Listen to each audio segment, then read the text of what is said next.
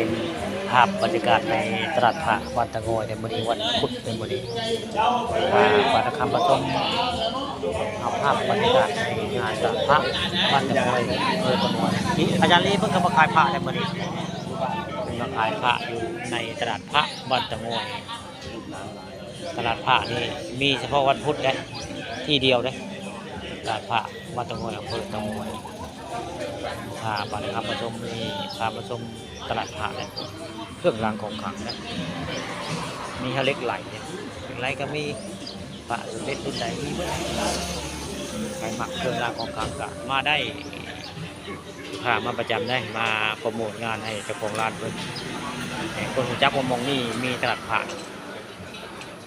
นานหลายปีนะมีตลาดพระเพื่อนเปิดมานานหลายปีนะถือว่าต้นฉบับของตลาดพระบ้านตะโงยอำเภอตะโงยบรรยากาศก็คนหลายพอสมควรในแต่ละมือนี่ตลาดพระวันพุธนี่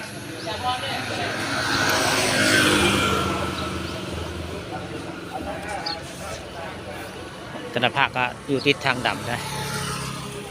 เส้นทางไปวัดตะเพนแล้วก็เส้นทางไปบ้านบึงสาพี่น้องไปที่บ้านบึงสาได้ว่าง่ายถ้ามาบ้านบึงสาก็เส้นนี่แหละตลาดพระตะโงยเส้นนี้เจ้าสิลายคู่มือได้เองวันพุธเป็นได้ตลอดได้งานตลาดพระวัดตะโงยอำเภอตะโงยค่ะบัตรคำประชมวันนี้ภาพในงานตลาดพระของบ้านตะโงยไม้บึงไม้ชมเส้นทางไปบ้างคนบุญพี่น้องเลยเส้นทางบางคนบุญได้มีเซียนพระมาขายพระหลายแต่ละพุธนี่ก็เจ้ามาซื้อพระขายพระมีหลายรุ่นหลายราคาได้พระกันหลายเซียนพระก็หลายว่าง่ายเลยไปข้างใครในเรื่องพระเรื่องเจ้านี่มาได้มาที่ตลาดพระบ้านตะโงยอำเภอตะโงยได้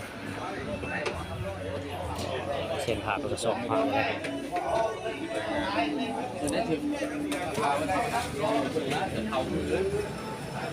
อาจารย์เมธีมันได้สร้างเลยอาจารย์เมธีมันได้สร้างในบริเวณงานตลาดพระได้สร้างไม้เป็นได้ไปดีได้ไหนเนาะเราผลมา